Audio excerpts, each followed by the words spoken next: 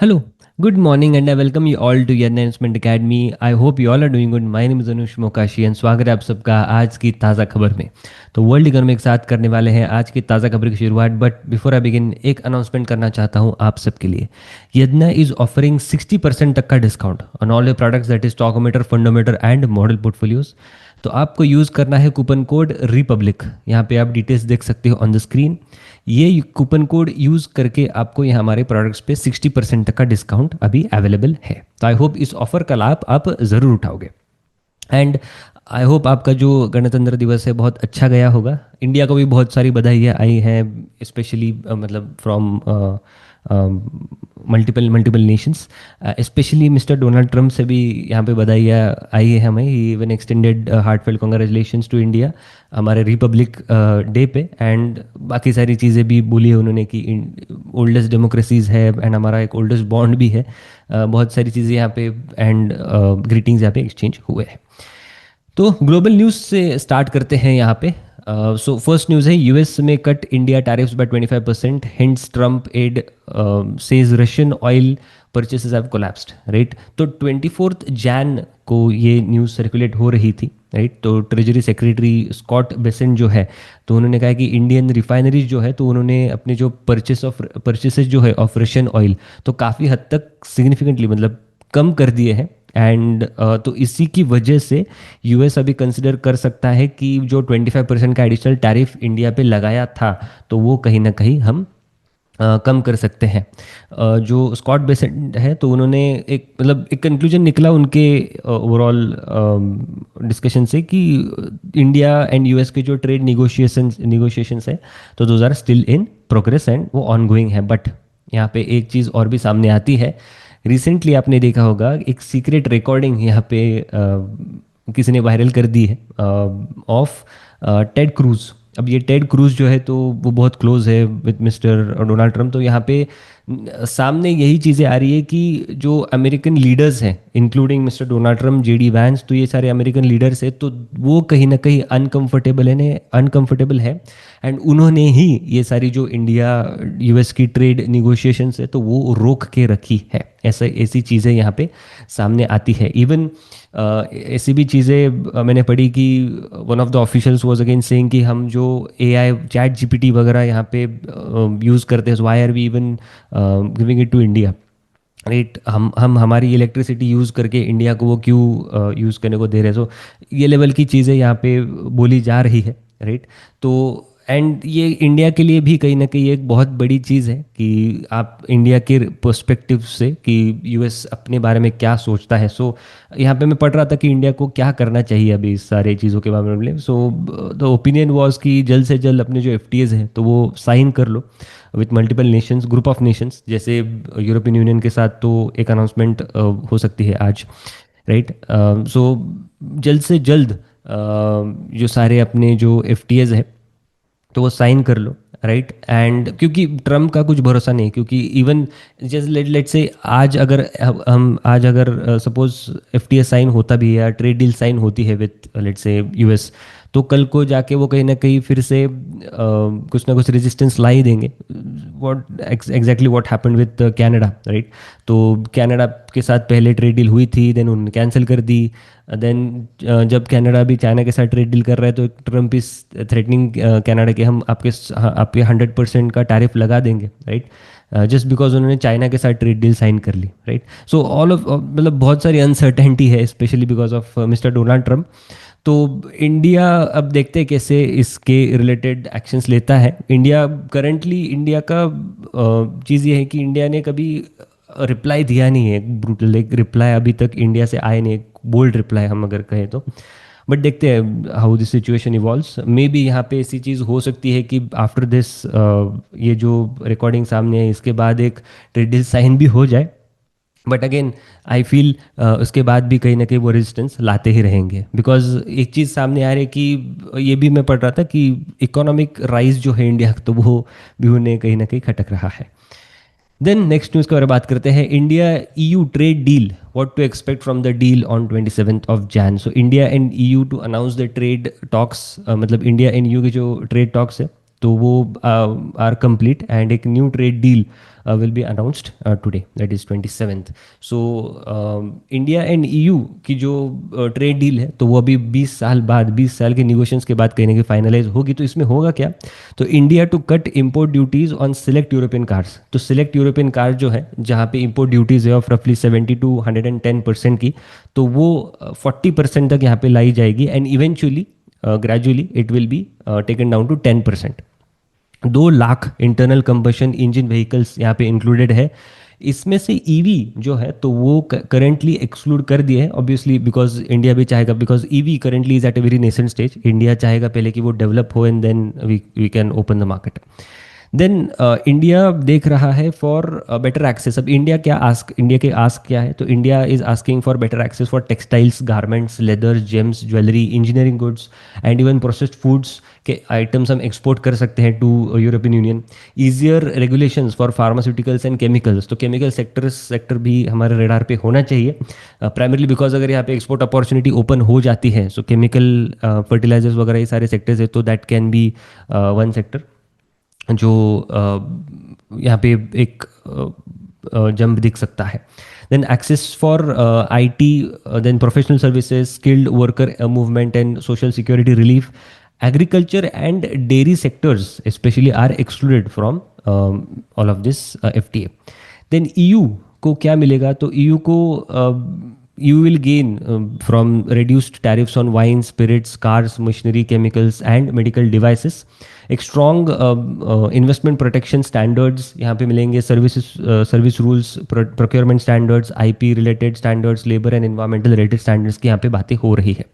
Then you investments भी कर सकता है in manufacturing, clean energy, digital infrastructure in India. Currently India जो है तो वो रजिस्ट कर रहा है tariff elimination on more than 95% of the goods. Currently India बोल रहा है कि 90% ऑफ द गुड्स पे हमने टैरिफ एलिमिनेशन आपको दे दिया है या कम कर दिया है टैरिफ, तो वो काफ़ी हद तक एक गुड डील है। देन थोड़ी पॉलिटिकल सेंसिटिविटी भी बनी हुई है around this auto, wines and spirits tariffs, but यहाँ पे अगेन कोटा बेस्ड सारी चीज़ें यहाँ पे देखी जा रही है। Quota is relatively preferred.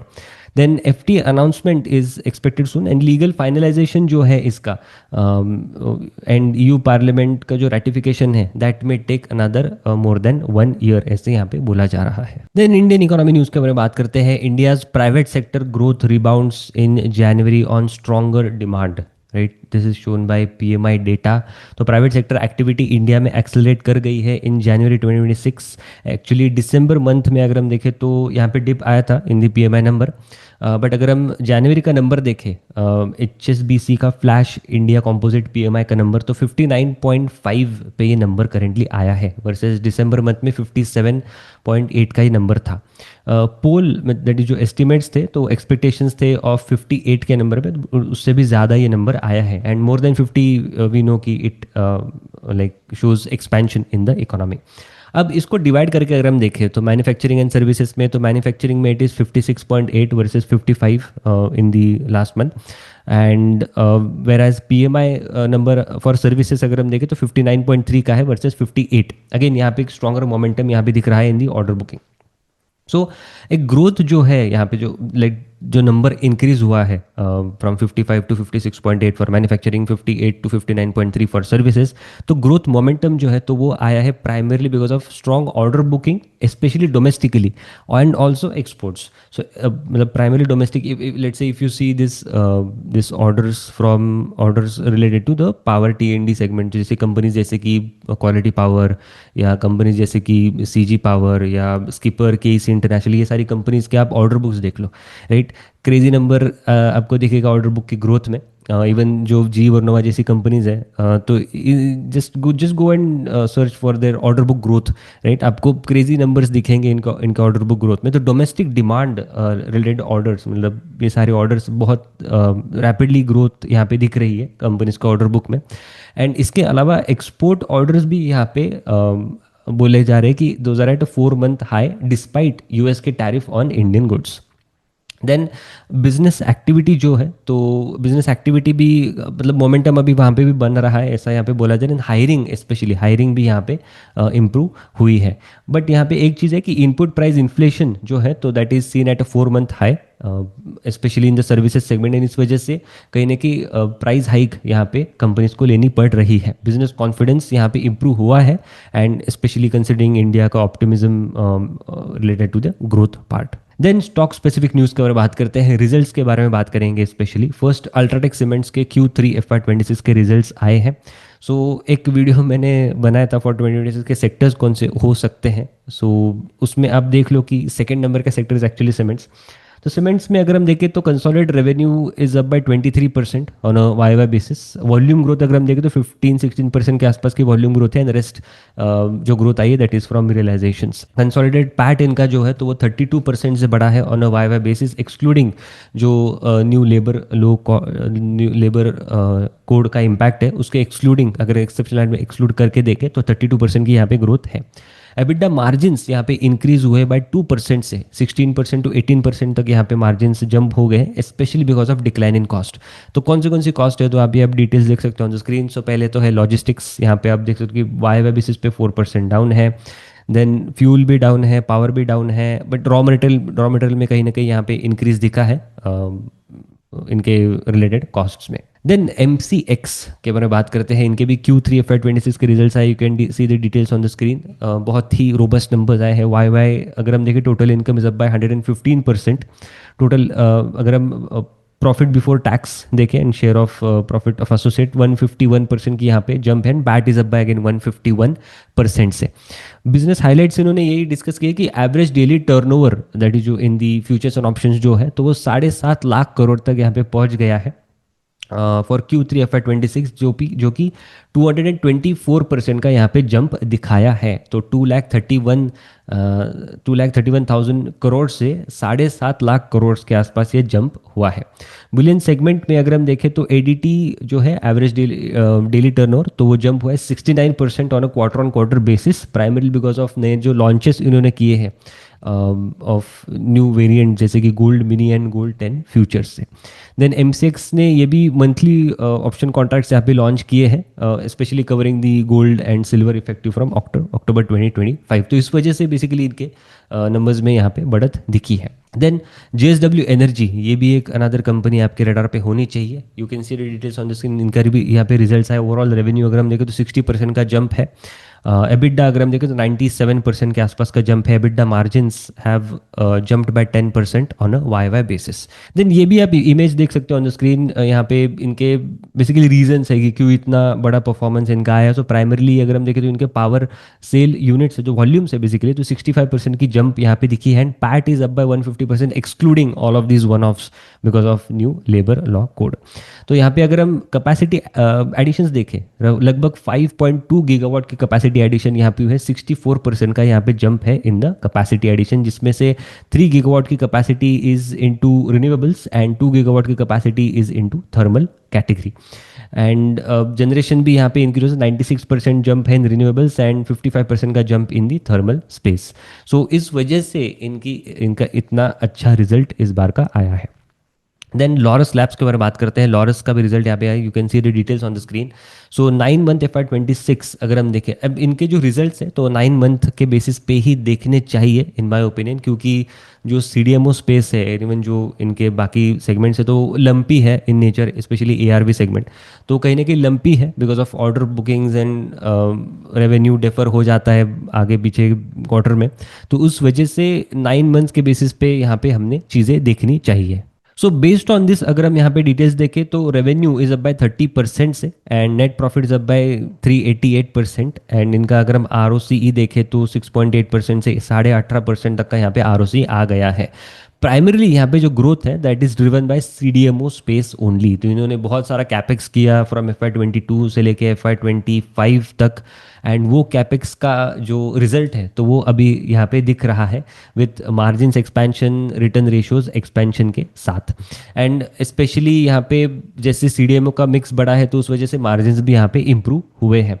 And यहाँ पे आप डिटेल्स देख सकते हो ऑन द स्क्रीन। तो CDMO segment on 9 month basis अगर हम देखें तो 43% का जंप है, जिसमें small molecules are up by 50%। तो स्मॉल मॉलिक्यूल्स में ज़्यादा यहाँ पे ग्रोथ दिखी है अक्रॉस द सेगमेंट्स, अगर हम बाकी कंपनीज भी देखें। And large molecules are relatively struggling.